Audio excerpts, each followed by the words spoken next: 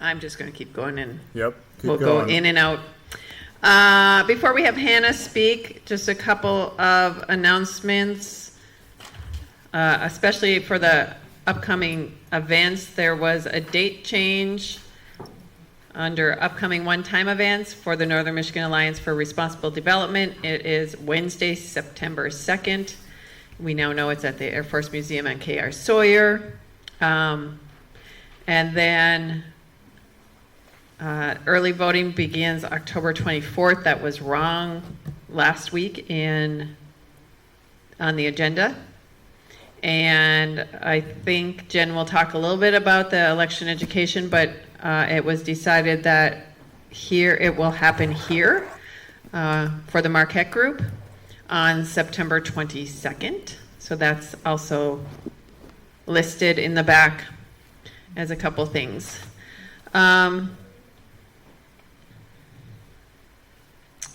Action items. We still have the card 38. Armchair Action is working on another, LSRI Armchair Action is working on another action, but we don't have one ready.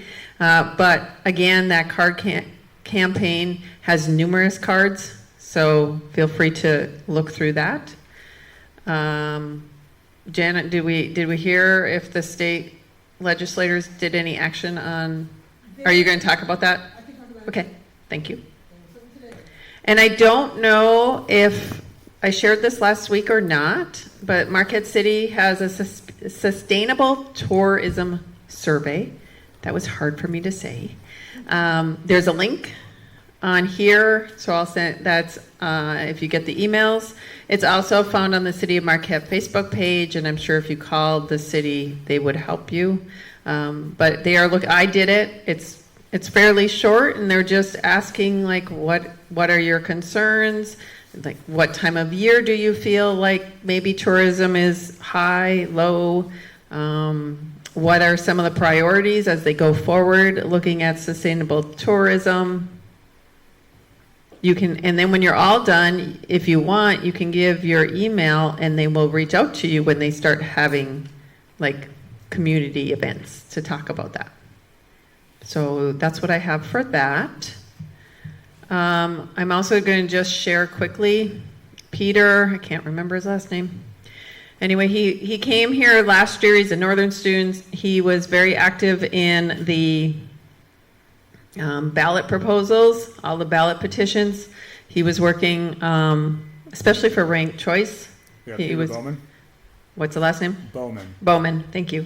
Anyway, he showed up at the end last week, popped in, and he is working for an organization called FOR, like the number 4, FOR Michigan, and they are currently working to get Northern students registered to vote. They were doing, it's Welcome Week this week, so they had times all this week, Monday through Thursday. And so if you are interested in helping with that, I can get you his information and you can possibly help out with that. Okay. You want to come up, Hannah? Awesome. Hello, everyone. I'm Hannah. I'm the Marketing and Outreach Chair for Reproductive Health Resources. I'm not sure if everybody was here the last time that I came and spoke about the work that we're doing, so I'll give a little summary of what Reproductive Health Resources is. So really, it's a working group of volunteers who came together after the closure of Planned Parenthood to ensure that access for reproductive health was still available in our community. And we wanted to look at the services that would no longer be available after the closure and make sure that they still are. So two of the big things that would no longer be available, wide range available, were abortion services and gender affirming care services. So we kind of started with the abortion services and now we're moving into gender affirming care. So I'll tell you guys all about what we've been doing, the updates, numbers, things like that. So Reproductive Health Resources serves as a funding source. So we are not the ones providing the actual service. We are ensuring that everything is affordable. So things like STI testing, STDs, pregnancy testing, abortion services, things like that are all offered on a sliding fee based on self-reported income. And then whatever the patient can't pay or can't afford, Reproductive Health Resources is kicking in and covering those fees. We, in the last, almost a little over a year now, so we've been in an organization for a little over a year, which is exciting. Has done a lot of work. I wish the rest of my crew was here or the medical providers were here, because really they're the boots on the ground folks that are doing the work. I just get to be the face and tell people about all the awesome stuff they're doing. So since the start of the organization, we have provided medication abortion services to 120 patients, which is almost surpassing what Planned Parenthood was doing, which we did not expect. We thought our numbers were going to be way lower, and it's been almost the exact opposite. And we've had people traveling from all over. So we've covered 10 counties in Michigan, 10 counties in Wisconsin, and patients from Florida and Louisiana. So we are having people travel here. I don't know if you guys have heard about this, but NPR has been doing a series on Marquette Medical Urgent Care, which is where most of our services are provided out of. And the word has really spread with and among the medical community that Marquette Medical is accessible and affordable for reproductive health care. So we're really excited that the word is getting out there. We kind of an update on funding because, again, volunteer run, and we're not making any money off of anything that we do. We've been able to secure quite a bit of grant funding, which is super exciting. We recently, and this is like our big news, we just found out last week, we secured $120,000 over the next 3 years from a local foundation, which is a really big deal. And yeah, we're super excited. The reason why that funding was super important, and we've worked really hard to get that, is because the next thing that we're working on is a free reproductive health clinic. So we have a crew of 6 doctors, multiple nurses, multiple social workers, multiple volunteers that are going to be coming together to provide a free clinic. We're kind of looking at 2 ways of doing it right now, and I think we're going to kind of do both at the same time. So the first will be when we have a provider that's a part of the clinic that's working at Marquette Medical, we will fund a portion of their salary, and people can receive the reproductive health care regular hours in the clinic. So they can walk in and say, I need STD testing. They will bill it directly to Reproductive Health Resources, so it's free for the individual. The other way that we're going to do it is starting out, we're going to have one evening a month where it's a drop-in free health clinic where you'll basically have like a menu of services that are provided. You come in, you meet with an intake coordinator, they figure out what you need, and we provide it right then and there. There are some things that we'll have to refer out for and make appointments for, but the reason that this funding was so important is we have to cover malpractice insurance for all the providers. What people don't realize, I had no idea. I'm a social worker. I'm not a doctor. It's very expensive. We're talking $6,000+ a year just to provide reproductive health care because they have to add additional riders onto their malpractice insurance to be able to do this type of work. So this funding has allowed us to be able to secure all of the medical providers to be able to do it. And they're all doing it, free of charge. So we're super excited. Our start date, launch, rollout date, we're hoping for the beginning of January of next year. So it's coming really close. The next really big thing that we wanted to share is we are starting a partnership with Folx, F-O-L-X, which is a Michigan-based, well, actually, I think it might be national now that I think about it, but they work with a lot of Michigan organizations to provide access to gender-affirming care. So right now, if you're not familiar, our community doesn't have a provider that's just open taking people for specifically gender-affirming care.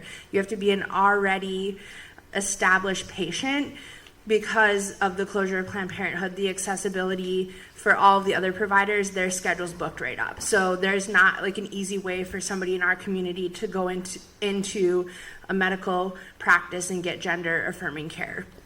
So we are going to be partnering with folks to ensure that people across the UP, so this isn't just Marquette County, this will be from providers across the UP on not necessarily a mini grant basis, but we will pay for up to a certain amount of patients to be able to utilize folks. And what they do is they have providers that they can meet with virtually, and they can get all of their blood work and everything that they need done out of a clinic that partners with us. So we'll start with Marquette Medical because they already have everything in place to be able to do that.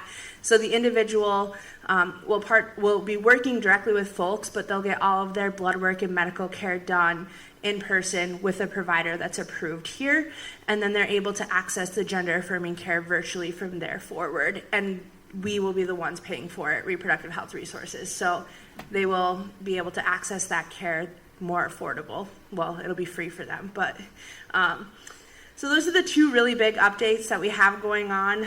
Otherwise, we've partnered with the health department. Their funding has also been reduced, we'll put it that way, reduced. So they were not able to purchase any more Plan B and a couple other things for their clinic. So we were able to provide them with $5,000 to be able to update all of their medications and make sure they have access there too. So if you guys know anybody that's looking for immediate care, the health department also has that stuff available to them. And again, that stuff is free for the individuals as well because it's already been purchased. I think that's our update. Lots of good stuff. Does anybody have any questions? Thank you. Who was the foundation, can you say? Could you repeat the question? He asked who the foundation was. They didn't tell us that we couldn't share. It was the Davenport Foundation, so we're very thankful for their support. We also got funding from Superior Health Foundation. There's like 5 or 6 other foundations too, but they were all, not that they're small amounts, but $120,000 is a little different than $10,000. So money. we're talking money that's going to sustain us. Yeah. So our operating budget at this point is going to be, it's going to fall right about $100,000 a year. And with, we're completely donor funded up until this point where we made it through the spring grant cycle and found out that we, were able to access some of that funding as well. So You've done so much in a year. it's been crazy. We can't even believe it. We were talking about it. Well, I was originally supposed to come like 2 or 3 weeks ago, but I was like, I want to get the updates at our next board meeting. Our board meeting was 2.5 hours long last week because we have so much going on. So I was really glad to have most up-to-date numbers and be able to share with everybody, where we're at and what we're doing. So thank you. Are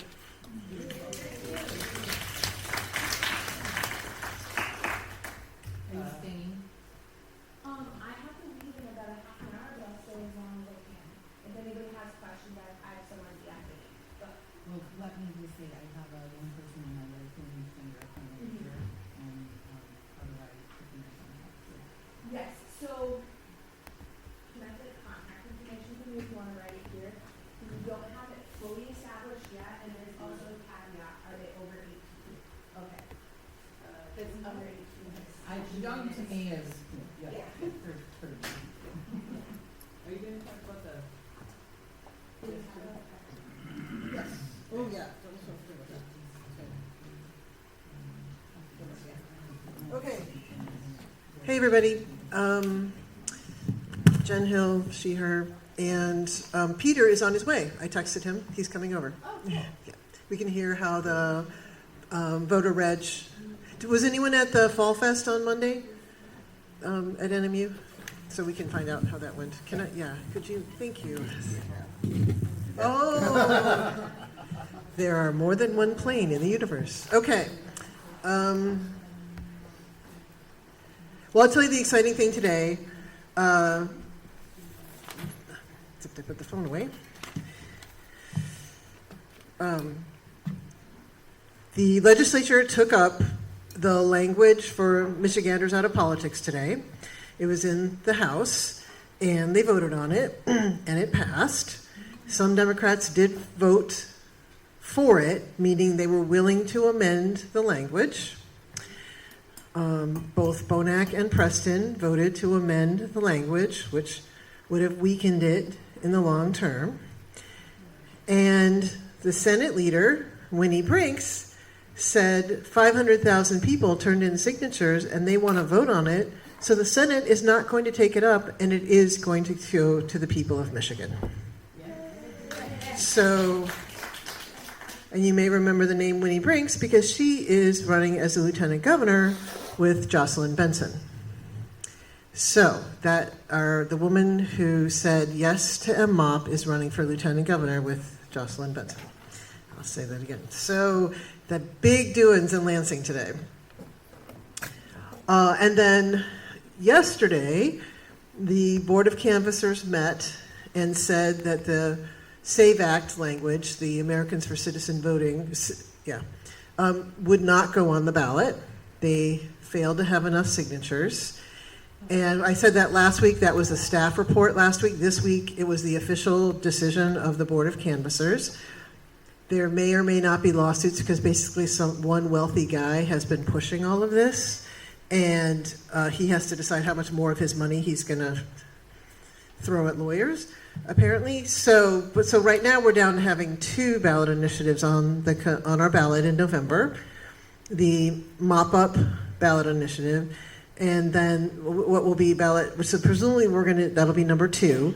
Don't know that for sure yet, so don't write it down. But the first one is that constitutional convention that we're required to think about every 16 years.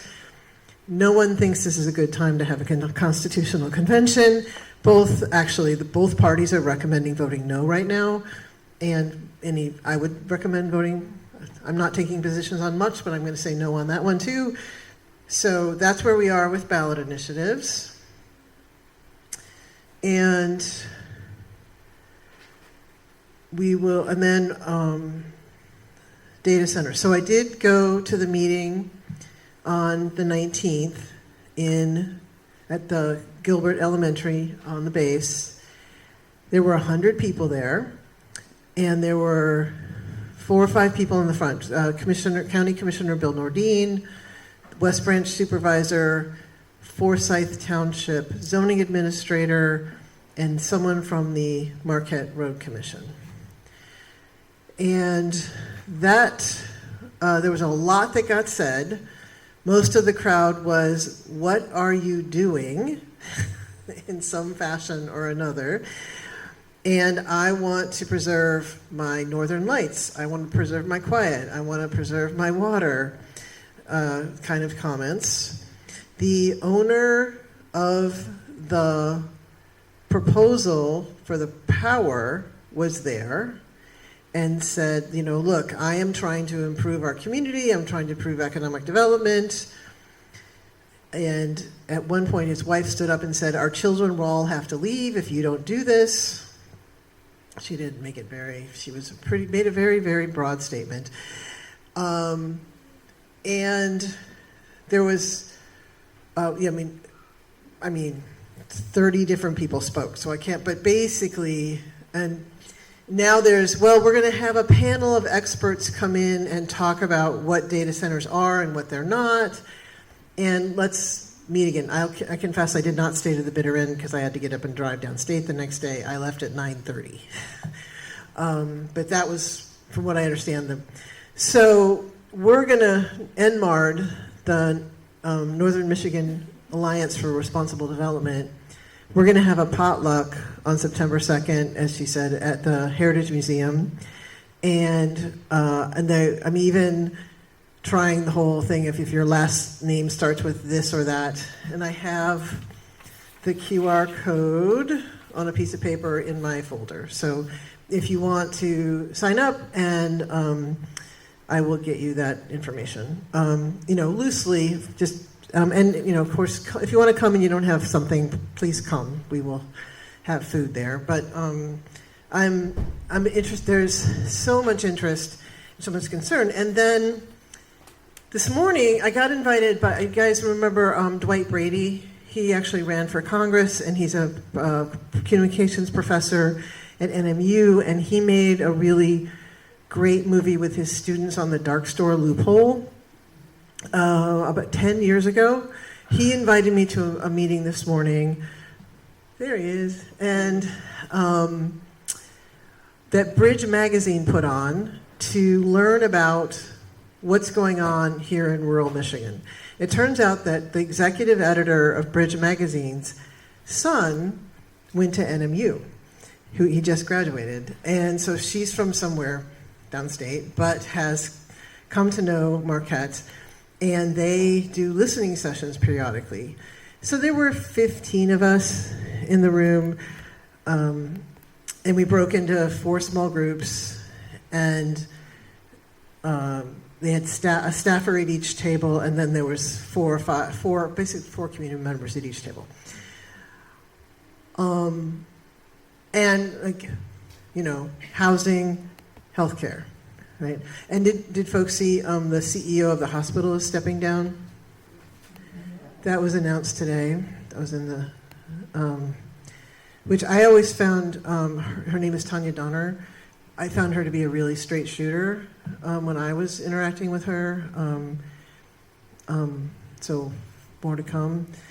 And on that one, housing, healthcare, transportation, and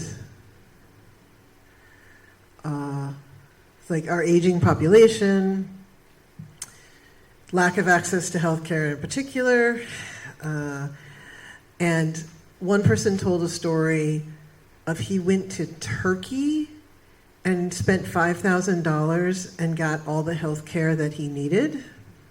And he felt this was a great outcome to go to Turkey rather than getting his health care here. This is someone who leads an organization here in Marquette. And it surprised me. Inevitably, the conversation turns to data centers. And it was shared that the utilities, the electric utilities here in the UP, are looking at creating their own, each one having their own 1 gigawatt data center. And we would own the data, and wouldn't that be great? Because then it's here, and it would be our data, and we would own it. And then he mentioned the name UPCO. And he said, well, UPCO's a local, that's a local utility. And I said, well, UPCO's owned by a private equity firm based in Canada. There was no response. But it does show that there's fire behind this smoke. I feel like I got that confirmed today. And UPCO has been very silent in all of this. Now, I'm not interested, like I said, I'm putting on a potluck. I'm not asking you to bring your pitchforks to the potluck. But we do want to think about, and when 1 gigawatt of computing power is probably, the size of this building, right? Like, this is not hyperscale, right? And that's one thing that they're like, oh, well, you don't know what you're talking about. A hyperscale is a whole different thing. Yes, but what is that AI going to do? Is that why the Department of Defense wants to come back to KIS Sawyer?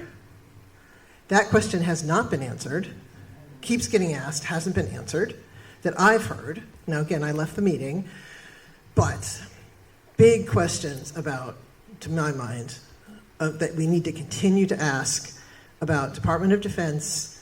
What are the AI center plans?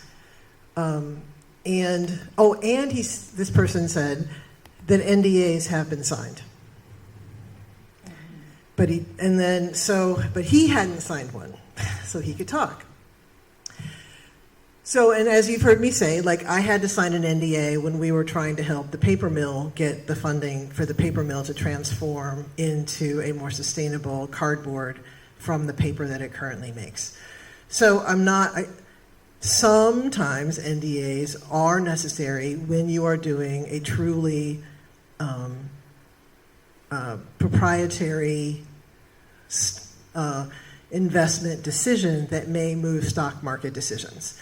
And in particular, in that case, I had to, everyone had to follow European stock law because Billerud is a European company in the end.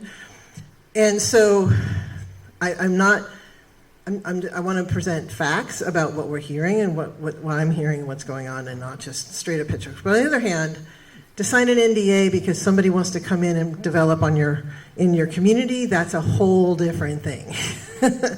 Because that's a different thing entirely than something where it's about a particular company getting an investment of government funds that could move the stock market. So I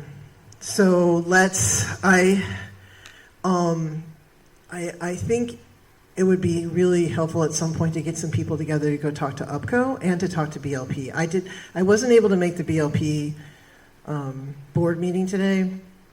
I wanted to, but if folks want to get together and start to talk about this, and it's certainly what we'll be talking about on September 2nd, which I guess theoretically, is that next week? I don't believe that, but apparently September 2nd is next week. So I just spent 5 days downstate. I got home last night at 9:30. No, 10:30. I got home last night at 10:30. Okay, sorry. So again, the utilities are going to do something with data centers here. Like, we now have confirmation of that. And what is that going to look like? Exactly. And how much power? They're like, oh, we don't have enough power. That's why we need to have this power built at KI Sawyer. But this project, like, does it have any investment really? Like, it's this, I will say, they said again and again at the meeting on the 19th, no proposal has been received. They were very clear about that. Okay, no proposal for a data center has been received.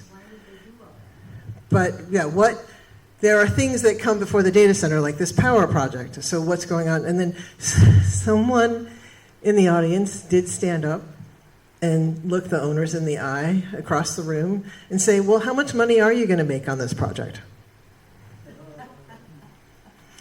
And they're like, well, it depends. But so there's a lot going there. Okay. And I don't know the upcoming dates. Like, pretty much everybody's put a moratorium down, or a lot of people have put a moratorium down, and people are continuing to work towards that. So this is like, we need to educate ourselves, ask the questions. I've put together for UNA, I've put together a 12 pages, but it's chunked in easy to read sections, so it's not too long. I've gotten it from a couple of different really good documents about what to think about, what to ask. I've created that document, so I've started to share that out, and I can get that to people. And the slides that Dr. Lucy Miller presented at the Charlie Barron's event are also available now for the public, and we have Charlie Barron's has started putting clips up, and then we have some clips that we took off the Zoom. Thank you, Zeke, who made that happen. We have some clips from the Zoom where Charlie and some others are talking directly about data center impacts. So we're going to start sending those out as well. Okay. The other big thing that's happening in Lansing is, and there was an emergency meeting yesterday at 9 a.m. You might remember the education voucher program where Trump's One Big Beautiful Bill. That is now very seriously being considered by the governor's office. So we need to make calls again. It was an armchair action last week. Again, I don't know what days. Yeah. But that, and I brought it up with a former Democratic colleague, and he said to me, but that's a tax credit. That's not a voucher. Well, right, they're using different language, but what we're talking about is taking tax dollars and giving them to someone who, yes, they could give it to a public school, but they could also give it to a private school.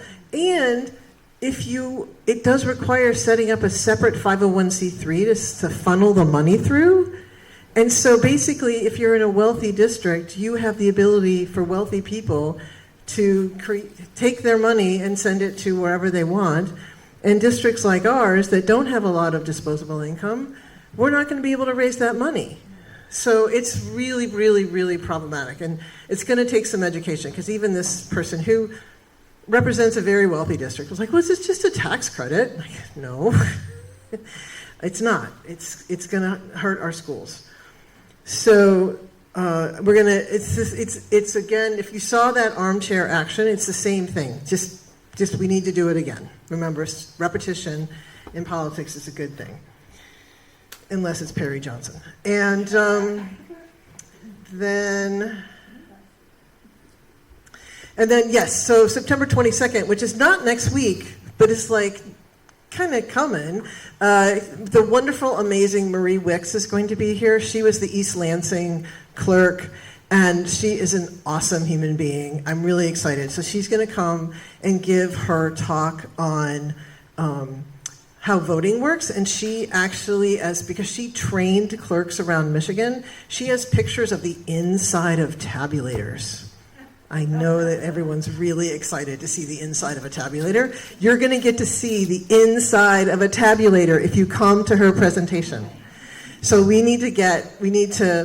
let's pack the room, because it really, she really does, it's like, so this is the everyday election education for everyday people.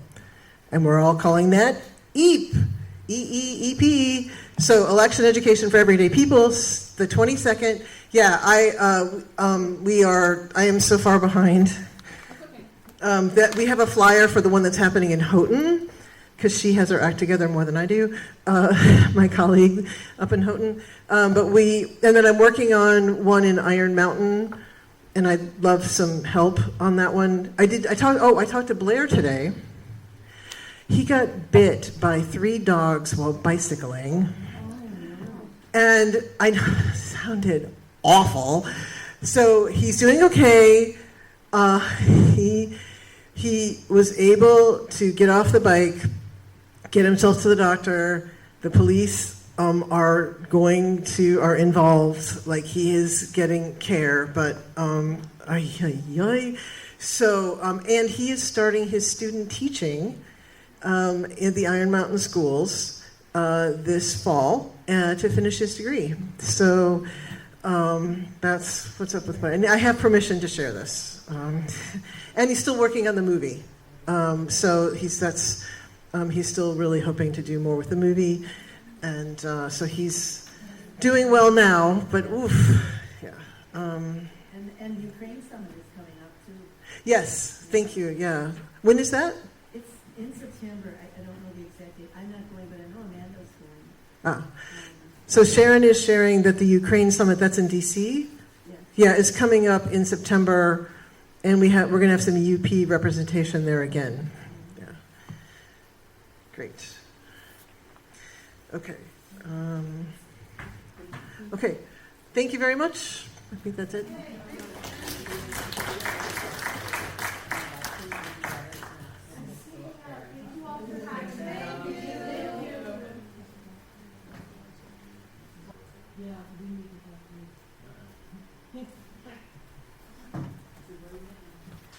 Hello, Lisa Stasiak. Besides being with the election committee on LSRI, I also work at the Northern Center for Lifelong Learning. This is just a thing if you want to go online to our website and see kind of what we do. We mostly put on programs for semi-retired and older folks. But since I'm the only employee, I got together with, floated out some ideas to the poli-sci department and put together a 4-part lecture series. With the first one is on critical race theory. I particularly wanted that because I have to admit, I don't know what it is. I could not string a paragraph together coherently. And I think people need to be educated, and that's the goal of NCLL. Dr. Carter Wilson will be speaking on that, and he is the head of the poli-sci department. The second one is going to take a deep dive into the Constitution, and Thomas's Paine's influence there. And that's going to be a panel discussion with not only Dr. Wilson, but Dr. Kulishek, who's the former head of poli-sci, and I'm spacing his name, but Dr. somebody, who is the head of the history department.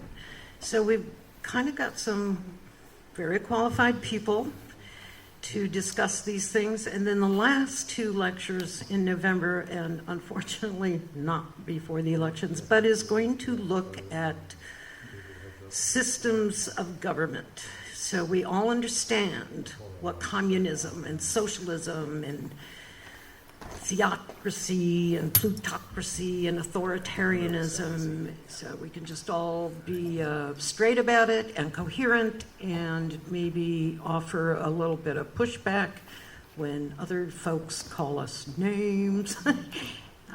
So it's very worthwhile. Please come. I'm really quite excited about it. I want to take a picture of that paper. Yes, okay. Yeah. I don't have all their names, but Petra Hendrickson, who's an associate professor in the department, and I think that it's going to be more than her. It's probably Dr. Wilson's going to be in on all of these. He's such a wonderful, accommodating, nice man. He's really terrific. But I think it'll be worth your while. I'm sorry, it is not free. NCLL needs to make money to keep going. And thank you.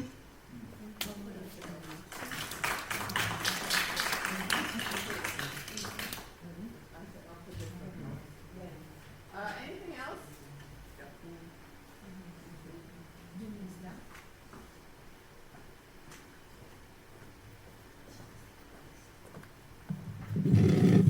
Hi, everybody. Brad Veely with Lake Superior Region Indivisible. And just to remind you, you probably all know, tomorrow night, Wednesday, August 26th, we're going to be having an all-member meeting at Peter White Library.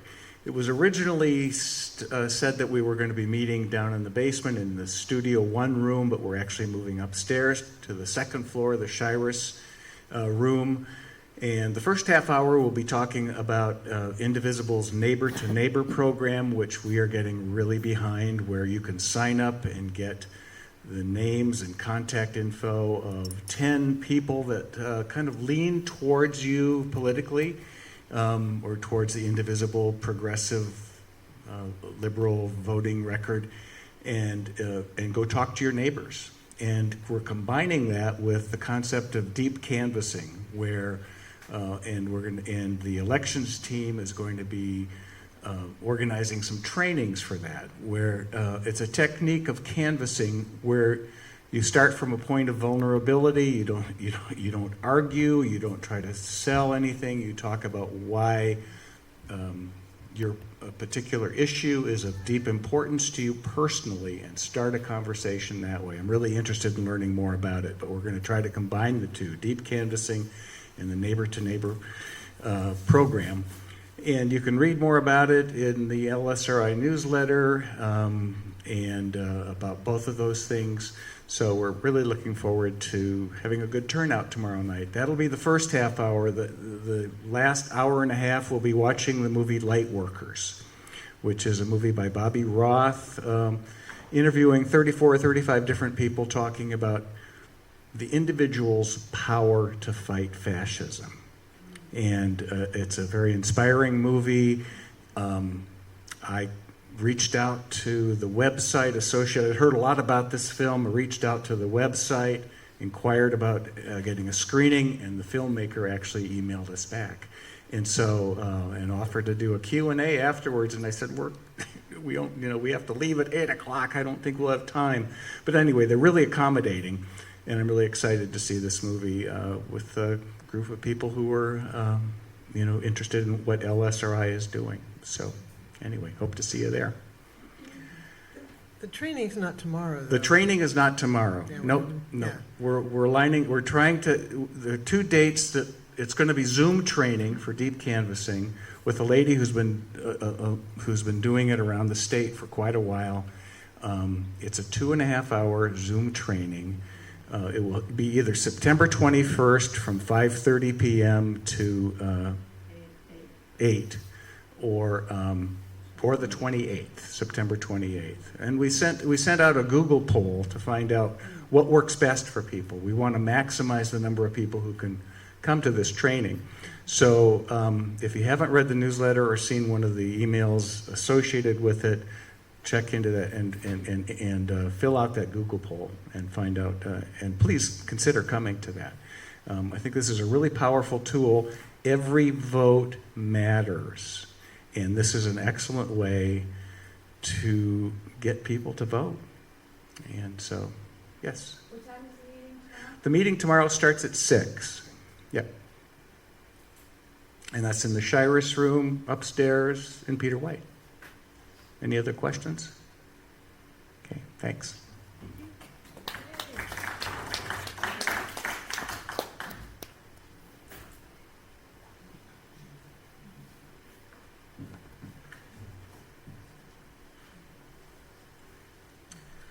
I just wanted to take a moment to reflect on the passing of Dolly Parton today and what a national hero she is. So, if you take just a moment of silence.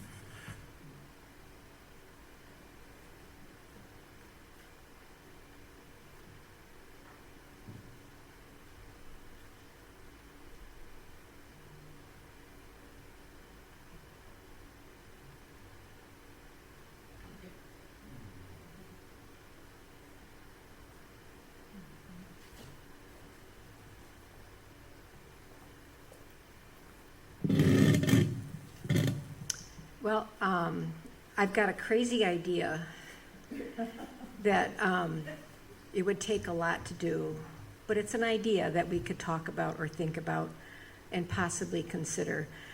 Cynthia and I have been brainstorming on this. It has to do with billboards. And we have 2 months before the election. Deb White might possibly be using her building as a billboard, which she's been talking about for a while, but I don't know if she's ready yet. And Cynthia has been talking about, well, maybe we could just get a billboard, which would take a tremendous amount of fundraising. It would mean somebody coming up with an idea of an image and something to say on the billboard that would be appropriate up to the election and beyond, because I think there's 6 months at a time, which would be tricky. It would mean a lot of money. We have these darn, those sweatshirts for United We Stand. Evidently, we haven't been pushing them and they haven't been selling. And so there's a bunch of those that could be sold. And for a donation, you could get a free sweatshirt to help fundraise, possibly, and then look for donations. There's a lot of obstacles that we would have to overcome if we were to do this, because we would have to come up with something probably within a week, really, because the election is coming so quickly. So it's a crazy idea, and I don't know that we can do it, but I'm just throwing it out there for people to think about.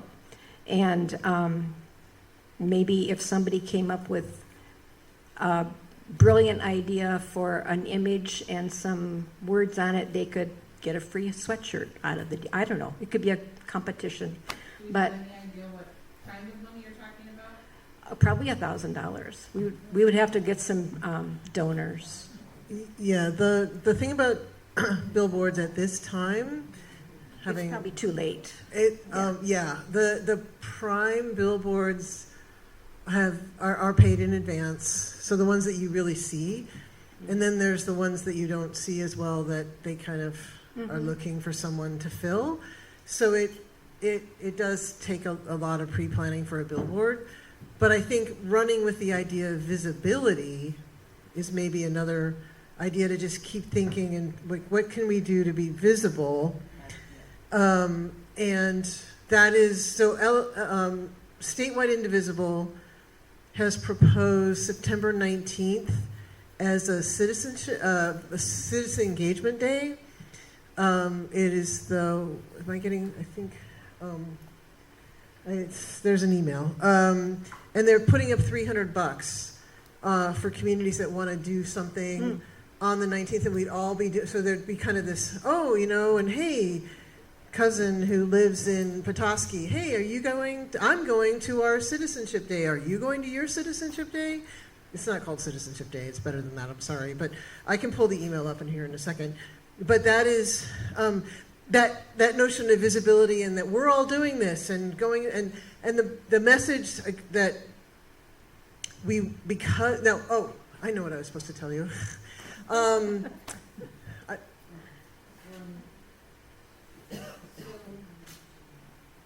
sorry. No, go ahead. You may have heard the Trump administration, the Supreme Court allowed the Trump administration to mess around with the post office. The ruling does not affect any voter's ability to cast a ballot by mail. It was simply about whether the lower court had the right to block the new restrictions. It did not change that states are granted the power by the Constitution to run elections. So what it did, nothing changed for voters. Anyone describing it as Supreme Court approving Trump's mail voting plan is describing something that did not happen. The fight now is what the Postal Service's final rule will be, and that final rule is due to be published tomorrow. When that rule is published, what the White House has been arguing is no longer available, and new legal challenges will be started. So they're starting the legal clock over again. And so the Postal Service remains a safe and reliable way to cast your ballot. Because operational changes at the Postal Service may cause mail delays, if you vote by mail, do so as early as possible. We all know that in the UP, right? And so I'm the Voters Not Politicians, or one of the I'm on this 90-person monthly phone call. One of the organizations is working on identifying every early in-person voting location with an image and all the Dropbox locations.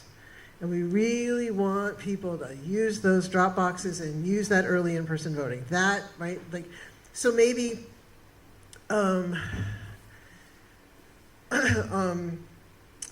we would want to spend maybe the next meeting, we could get together and identify where they all are and figure that out, and like, yep, you have a thought. Go ahead. So Armchair Action spent at least 3 hours looking at the Supreme Court, because that came out at about 5 and we meet at 6:30. So we were working on an armchair action related to that and explaining a little bit about what that does and doesn't, but that it still is, it's just one way that they are trying to affect our voting in one way or another.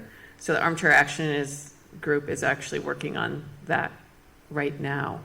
So I can kind of explain that, because I spent 3 hours discussing it last night and again today. So there is work on that coming up.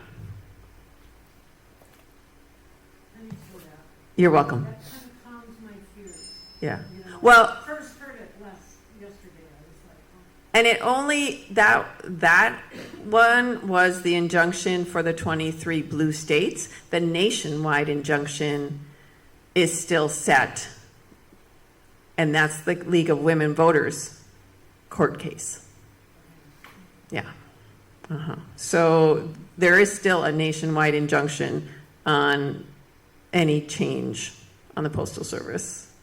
And what exactly is the USPS handing down tomorrow? So the USPS is handing down their rule of what they may or may not, how they may or may not handle the ballots. So the push is really, the armchair action we're working on is basically in-person voting, early in-person voting, if at all possible. That's really the push. is to figure out a plan and make sure that you help other people do that plan. That's kind of where we left off last night, but we're still learning. Right, and early in-person voting is from 8 a.m. to 4 p.m. at Peter White Public Library, starting October 24th. So we would want to get, and that includes the Sunday. So even though it's Saturday and Sunday, Monday through Friday, Saturday, Sunday, then there's no voting on the Monday because they're getting ready, and then the last voting is on the Tuesday. So yeah, if whatever we can do to help support getting for the Marquette City, and then yeah, let's get really clear on where all the other early in-person voting is.